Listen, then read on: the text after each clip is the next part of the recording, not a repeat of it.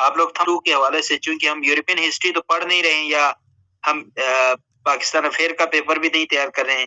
हमारा जो पर्पस है वो है इंटरव्यू है, इंटरव्यू क्या कहते हैं, पीएससी का इंटरव्यू है, और उसमें इतना टाइम भी नहीं होता है कि आपको वर्ल्ड वॉर वन क्यों हुई थी, किस किस के दरमियान हुई थी, और उसके काजेज क्या थे, उसके इफेक्ट्स क्या थे, और इसको बचाने के लिए कौन कौन सी स्ट्रेटजीज और कौन कौन सी ट्रीटी साइन की गई, इस तरह के बड़े सवाल नहीं करेंगे।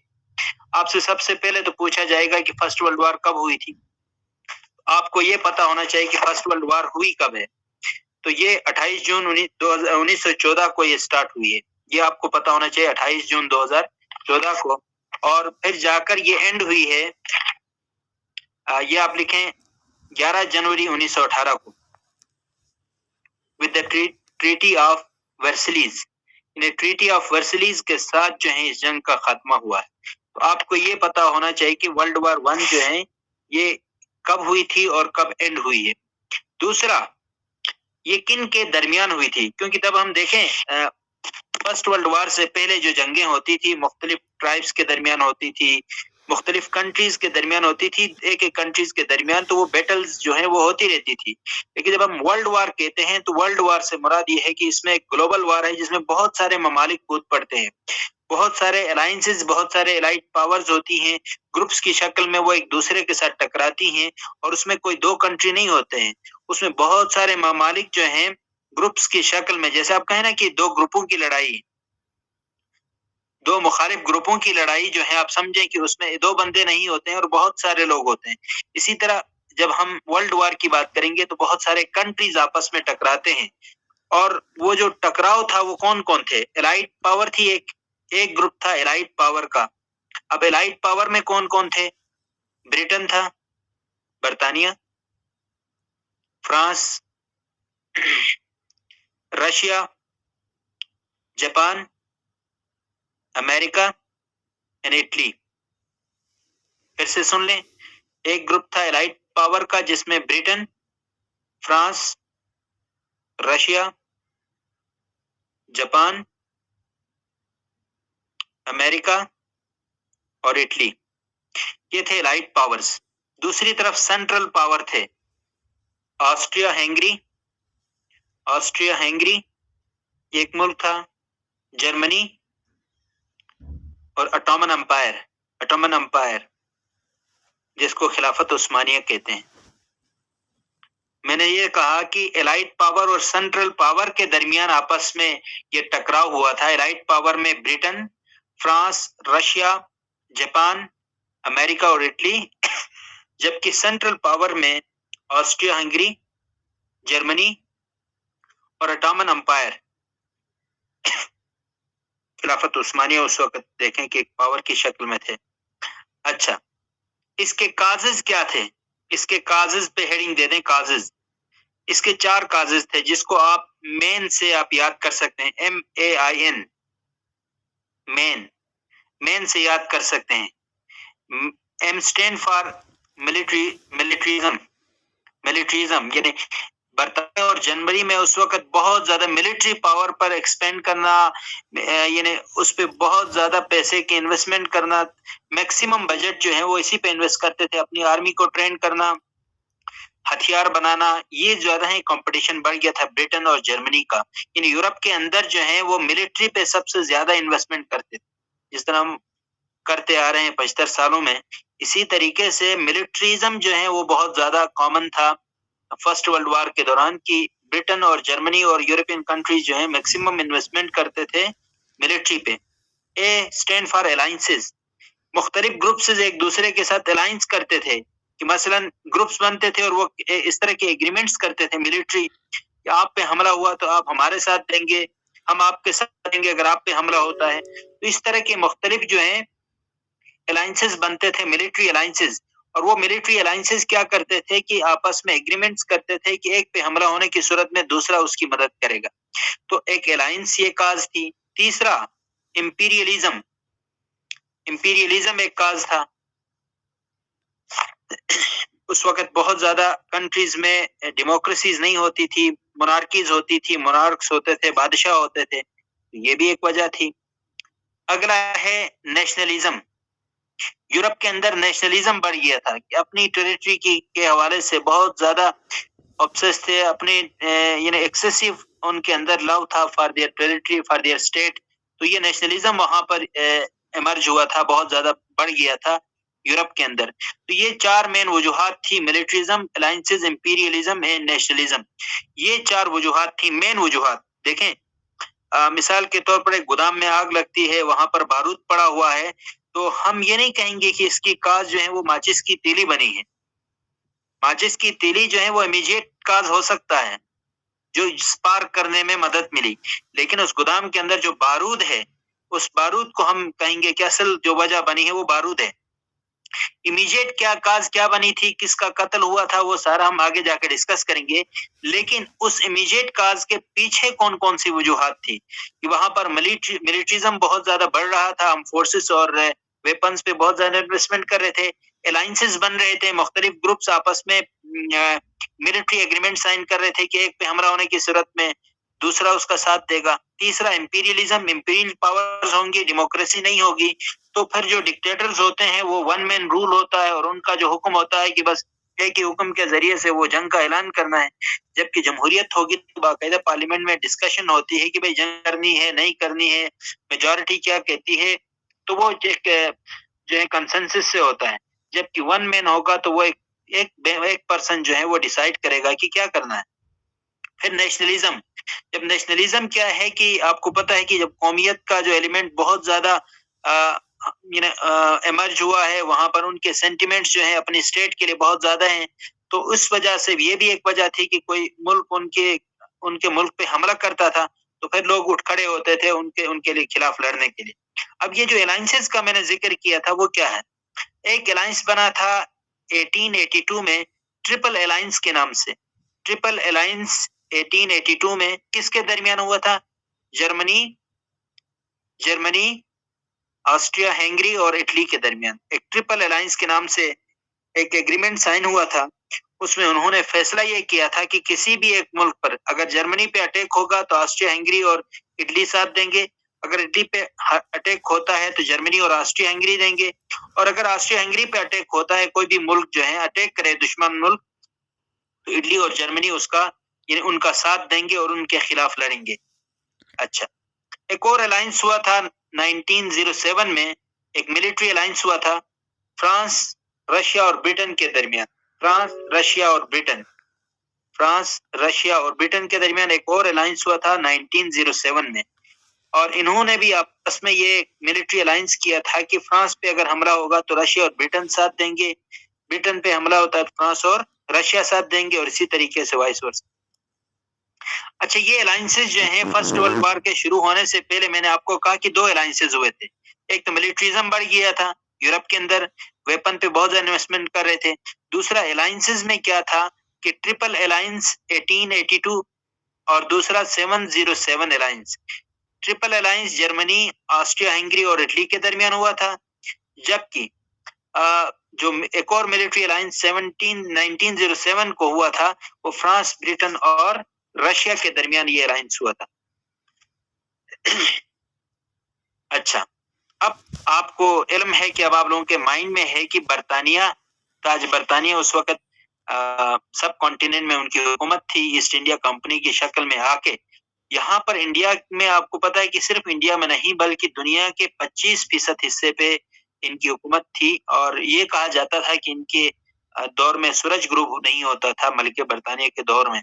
वो इसीलिए कहते थे कि जब उनकी जहाँ-जहाँ हुकूमत थी, एक जगह से सूरज ग्रुप होता था, तो उस वक़्त जहाँ उनकी दूसरी जहाँ जिस इलाके में हुकूमत होती थी, वहाँ पर सूरज होता था। तो कहते हैं कि सूरज ग्रुप नहीं होता का कॉन्सेप्ट यही था कि 25% ऑफ द वर्ल्ड पे इनका कब्ज़ा था।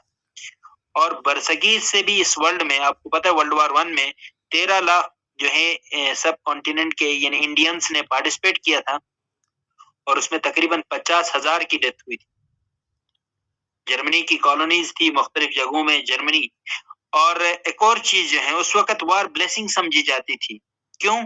क्योंकि वार के जरिए से आपको पता है कि मुख्तलिफ जगहों पर कब्जा करते थे, मुख्तलिफ मुल्कों पर कब्जा करते थे। मेरी आवाज नहीं क्लियर आ रही फियाज साहब? आवाज़ क्लियर है सर। मेरे ख्याल में गुलनार के साथ कोई नेटवर्क का इशू है। आपकी आवाज़ बिल्कुल क्लियर है सर। अच्छा अच्छा अच्छा, वही बच्चे आप रीज्वाइन करें गुलनार प्लीज। हो सकता है कि आप लोगों की तरफ इश्यू हो, ये भी पॉसिबिलिटी है कि आपका अपना इंटरनेट जो है वो का कोई इश्यू हो। मैंने तो आज इंटरनेट जो है वो रिलाई नहीं किया डेटा पे, फिर मैंने वाईफाई के साथ कनेक्ट करके आप लोगों के साथ कनेक्ट हूँ। अच्छा, तो मैं ये कह रहा था कि उस वक्त बाहर एक ब्लेसिंग समझी जाती थी। ये भी एक, इसकी क्या वजूहत थी? आपको पता है कि इंडस्ट्रियल रेवोल्यूशन आया था ग्रीन रेवोल्यूशन के बाद, तो उनकी इंडस्ट्रीज के लिए रॉ मटेरियल चाहिए था, तो वो इन्वेजन्स बहुत कॉमन थी कि मुख्तलिफ जगहों में जाकर वहां पर ट्रेड के नाम पे जाकर कब्जा करते थे और वहां से रॉ मटेरियल वो अपनी इंडस्ट्री के लिए निकालते थे, वहां लेके जाते थे। अच्छा, एक और चीज थी, अब ये जो आप लोगों को एक चीज ये भी पता होनी चाहिए कि जहां पर ब्रिटेन पावर में था, उसी के पैरेलल में हमारे यहाँ खिलाफत उस्मानिया जो है वो उस वक्त भी वो उनका भी एक उरूज था, खिलाफत उस्मानिया का, ऑटोमन एम्पायर का। अब ऑटोमन एम्पायर के अंडर जो है यूरोप के बहुत सारे ममालिक थे, जिसमें रोमानिया है, बोस्निया है, सर्बिया है, अच्छा क्रोशिया है। ये बहुत सारे ममालिक जो हैं ऑटोमन एम्पायर का हिस्सा थे, जो आगे आहिस्ता आहिस्ता उसके कब्जे से निकल रहे थे, आजाद हो रहे थे। 1905 में कुछ जो हैं वो ममालिक आजाद हो गए, उसमें रोमानिया है, सेरेबिया है और बोस्निया है। जो ऑटोमन एम्पायर का हिस्सा थे 1905 में, उनसे आजाद होकर ऑस्ट्रियो हंगरी का हिस्सा बन गए। उसमें से कुछ मुकम्मल आजाद हो गए, जैसे सर्बिया और रोमानिया। लेकिन जो बोस्निया का इलाका है 1912 में ऑस्ट्रियो हंगरी के कब्जे में चला गया। मुख्तलिफ जंगें होती थी, जंगों के नतीजे में वो क्या करते थे कि यानी दूसरे मुल्क जो है वो उसको टेक ओवर करते थे। तो लिहाजा बोस्निया जो है ऑस्ट्रिया हंगरी के कब्जे में चला गया। अब बोस्निया कंट्रोल में था ऑस्ट्रिया हंगरी का, और सेर्बिया, चूंकि बोस्निया के अंदर कुछ सर्ब्स भी थे, यानी सर्बिया के कुछ लोग जो हैं, कुछ ट्राइब्स यहाँ पर बसते थे। अब सेर्बिया बोस्निया को आजाद करना चाहता था, इसीलिए क्योंकि यहाँ पर भी कुछ सर्ब्स जो हैं, उनके ट्राइब के लोग कुछ परसेंटेज, सर्टेन परसेंटेज यहाँ रहते थे, तो वो चाहते थे कि बोस्निया को ऑस्ट्रिया हंगरी के कब्जे से आजाद करवाएं, और यहाँ पर ये इनको मिलिट्री क्या कहते हैं, इनको असिस्ट करते थे, इनको वेपन देके यहाँ पर एक तंजीम बनाई थी, उसका नाम था ब्लैक हैंड ऑर्गेनाइजेशन। यानी सर्बिया को असिस्ट करती थी और बोस्निया के जरिए से वहां पर अनरेस्ट फैलाते थे, और बोस्निया हंगरी से आजाद होना चाहता था। अब ऑस्ट्रिया हंगरी के जो प्रिंस थे, ये आपने इमीडिएट काज में जरा जहन में रखनी है। इमीडिएट काज क्या थी कि ऑस्ट्रिया हंगरी के जो प्रिंस थे फ्रांस फर्डिनेंड और उसकी जो वाइफ थी सोफी, ये दोनों बोस्निया के विजिट पे थे, बोस्निया इनके कब्जे में था। उसके विजिट पर गए तो वहां पर ये जो ब्लैक हैंड तंजीम है, उसका जो एक किलर था, वहां पर जो एक दहशतगर्द था, जो इस दहशतगर्द तंजीम थी, और उस टेररिस्ट ऑर्गेनाइजेशन में गारविलो प्रिंसिप के नाम से एक शख्स था, गारविलो GARVILO, गारविलो PRINCIP, गारविलो प्रिंसिप जो है, प्रिंसिप, ये बोस्निया में एक ब्लैक हैंड ऑर्गेनाइजेशन थी जिसको सपोर्ट करते थे सर्बियन कंट्री के, क्योंकि उनके बोस्निया के अंदर सर्ब्स भी रहते थे, कुछ ट्राइब्स, उनके ट्राइब के लोग वहां पर भी रहते थे, तो ये चाहते थे कि बोस्निया जो है ऑस्ट्रिया हंगरी के कब्जे से निकल जाए। इसी वजह से यहाँ पर जो ब्लैक हैंड ऑर्गेनाइजेशन थी उसको सपोर्ट करते थे सर्बियन। अब ब्लैक हैंड ऑर्गेनाइजेशन का ही एक रुकन था गारविलो प्रिंसिप, उसने क्या किया, ये फ्रांस फर्डिनेंड और उसकी वाइफ को टारगेट करके, वो जो विजिट पे थे बोस्निया के, उनको टारगेट किया, उनको शूट किया, और वो मौके पर वहां पर 28 जून 1914 को जो है वहां पर जा भाग हो गए। तो ये जो इमीडिएट वजह ये थी। इससे पहले 4 वजूहात कौन सी थी वो मैंने आपको बताया था, मिलिट्रिज्म था, अलायंसेस थे, इंपीरियलिज्म था और नेशनलिज्म था। जब इस तरह के सेंटिमेंट्स वहां पर पीक पे थे, और उसमें फिर एक चिंगारी सामने आई, वो कौन सी थी कि फ्रांस फर्डिनेंड और उसकी सोफी, उसकी यानी वाइफ थी, वो बोस्निया के दौरे पे थे ऑस्ट्रिया हंगरी से, तो रास्ते में जो है यानी गारविलो प्रिंसिप ने टारगेट किया और उनको शूट किया। अब जब ये किया तो जर्मनी को पता चल गया कि ये जो मर्डर हुआ है, ये सर्बिया ने करवाया है ब्लैक हैंड ऑर्गेनाइजेशन के जरिए से। उस ब्लैक हैंड टेररिस्ट ऑर्गेनाइजेशन के जरिए से ये काम करवाया है, तो उन्होंने फौरन से सर्बिया को कहा कि आप सरेंडर करें और आप ऑस्ट्रिया हंगरी के कब्जे में आ जाएं, वरना हम आप पे अटैक करेंगे। ऑस्ट्रियो सर्बियन जो है, चूंकि ये उन्होंने रशियन को की मदद मांगी और फ्रांस की मदद मांगी, जबकि ऑस्ट्रियो हंगरी ने जर्मनी की मदद मांगी और इटली की मदद मांगी, क्योंकि अलायंसेस में थे। तो अब इसके नतीजे में देखें कि बहुत सारे ममालिक कूद पड़ते हैं। जब सर्बिया पे अटैक किया तो रशिया और फ्रांस ने जर्मनी पे अटैक किया, और जब फ्रांस और जर्मनी पे अटैक हुआ तो उसके नतीजे में फिर उसके बाद जो है यूके ने अटैक किया जर्मनी पे। क्यों किया ये सारा? क्योंकि मैंने आपको पहले ही बताया था कि 1907 में फ्रांस, रशिया और ब्रिटेन ने आपस में एक एग्रीमेंट किया था, एक मिलिट्री एग्रीमेंट किया था कि किसी एक मुल्क पर भी कब्जा होगा या एक अटैक होगा तो हम क्या करेंगे, मिल के लड़ेंगे और हम आपका साथ देंगे। अब चूंकि सर्बिया ने जब रशिया को कॉल किया, तो जर्मनी ने जब रशिया पे अटैक किया, तो फ्रांस और रशिया ने मिलकर जर्मनी पे अटैक किया। जब जर्मनी पर अटैक किया तो उसके बाद यूके चूंकि इसी अलायंस का हिस्सा था, तो उन्होंने जर्मनी पर अटैक किया। जर्मनी पर अटैक किया तो जर्मनी ने बेल्जियम के जरिए से फ्रांस पर अटैक किया। अब ये सारी चीजें दो चीजों से समझ आ सकती थी। एक तो हम बोर्ड पे मैप बना के आपको समझा पाते, दूसरा यानी कोई ग्लोब हमारे सामने होता, उस ग्लोब से हम समझा पाते, क्योंकि जर्मनी ऊपर है, उसके नीचे बेल्जियम है, उसके नीचे फ्रांस है। अगर आप वर्ल्ड मैप देखें, वर्ल्ड मैप निकाल के, तो यूके जो है वो बिल्कुल उसके पैरेलल सामने की तरफ है। तो यूके ने जब जर्मनी पर अटैक किया, जर्मनी ने बेल्जियम के जरिए फ्रांस पर अटैक किया। जब फ्रांस पर अटैक किया तो अब जो है यूके लड़ रहा है, एक तरफ से रशिया की तरफ से अटैक आ रहा है। उस अटैक के नतीजे में जो है वो जर्मनी को पसपाई हुई। जर्मन जो है अब पसपा होते गए। दूसरी तरफ ऑटोमन एम्पायर है, ऑटोमन एम्पायर को ग्रीस की तरफ से अटैक किया, और ब्रिटेन जो है, अब आपको पता है कि खिलाफत की जो मूवमेंट चली थी, मैंने आपको बताया था कि 1919 में, ये उसी दौर की कहानी है कि ब्रिटेन ने ऑटोमन एम्पायर को पे अटैक करने के लिए ग्रीस के जरिए से वहां पर अटैक करवाया, और उसके साथ साथ सऊदी अरब को जो है ये उनके जहनों में ये डाला कि आप लोग अगर यहाँ से अलग हो जाएं ऑटोमन एम्पायर से, खिलाफत उस्मानिया का हिस्सा था सऊदी अरब, तो उनको ये प्रोवोक किया कि अगर आप लोग मैंने जो है हमारा साथ दे दें तो हम आपको जो है आजाद करवा देते हैं। तो 1924 में आपको पता है कि ऑटोमन एम्पायर के खत्म होने के साथ साथ सऊदी अरब जो है एक अलग मुल्क के तौर पर वजूद में आया, तो ये खिलाफत उस्मानिया के अंडर होता था। तो इनको भी प्रोवोक किया। प्रोवोक करने के बाद अब कहानी कहाँ तक चली, एक और चीज जो है आप लोगों को मैं बताता चलूं कि जर्मनी की मुख्तलिफ जगहों में कॉलोनीज थी अफ्रीका में, वहां पर ब्रिटेन ने अटैक किया। फिर इसी तरीके से चाइना के अंदर जो है कॉलोनीज थी, वहां पर जापान ने अटैक किया। तो जर्मन को हर तरह से जो है अटैक कर किया गया, और उसके नतीजे में जर्मनी को हर तरफ से पसपाई हुई, क्योंकि जर्मनी पे यूके ने भी अटैक किया, फ्रांस ने भी अटैक किया, रशिया ने भी अटैक किया।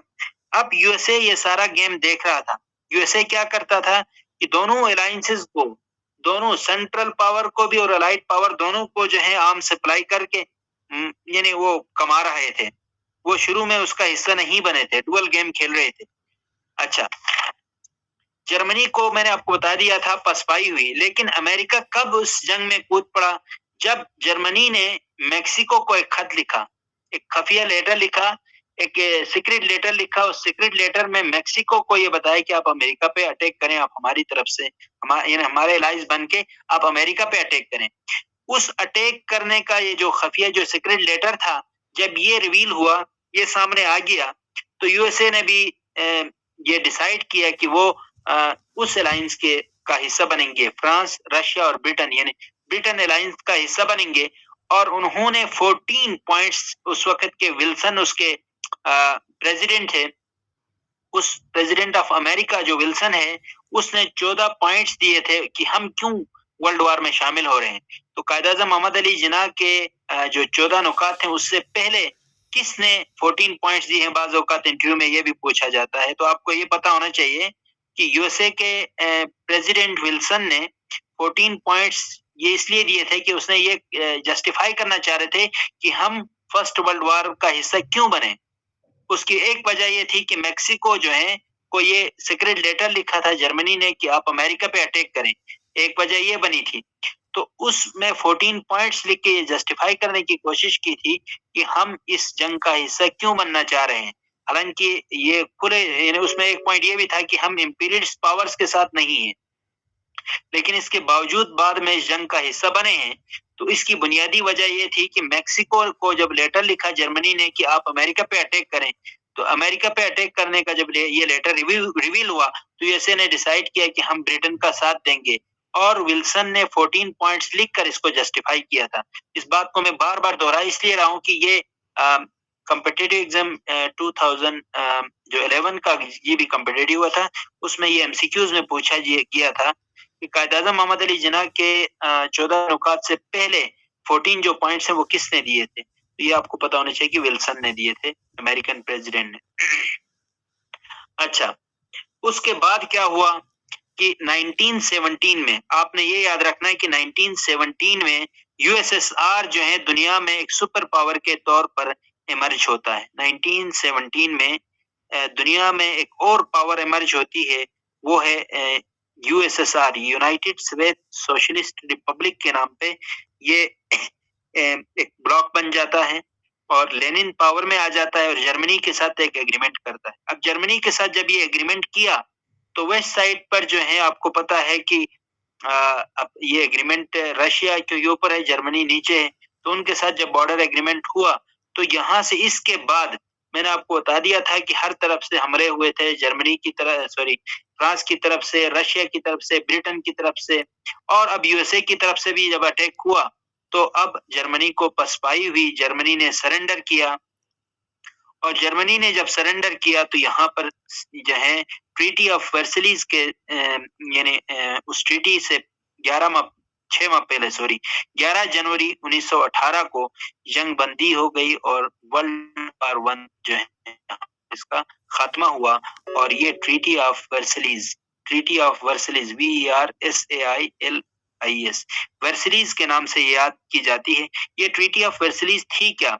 इसमें जर्मनी पे पेनल्टीज यानी एक बाकायदा तौर पर ये ट्रीटी हुई और उसमें जर्मनी को कहा गया कि ये तमाम जो फर्स्ट वर्ल्ड वॉर की रिस्पॉन्सिबल है ये जर्मनी है, इसकी वजह से हुआ है और इनको बाकायदा 2010 तक ये पे करना पड़ा और इन पर मुख्तलिफ जो है क्या सैंक्शंस लगाए गए कि अपनी मिलिट्री नहीं बना सकते हैं या अपने आर्म फोर्सेस नहीं रख सकते हैं, ये वेपन पे इन्वेस्टमेंट नहीं करेंगे। इसी तरह के बहुत सारे सैंक्शंस इन पे लगाए गए और 2010 तक जो है बाकायदा तौर पर ये कहते हैं कि पे करते रहे हैं जर्मनी वाले ये जो सैंक्शंस लगाए गए थे और उन पर जो पेनल्टीज लगाई गई थी।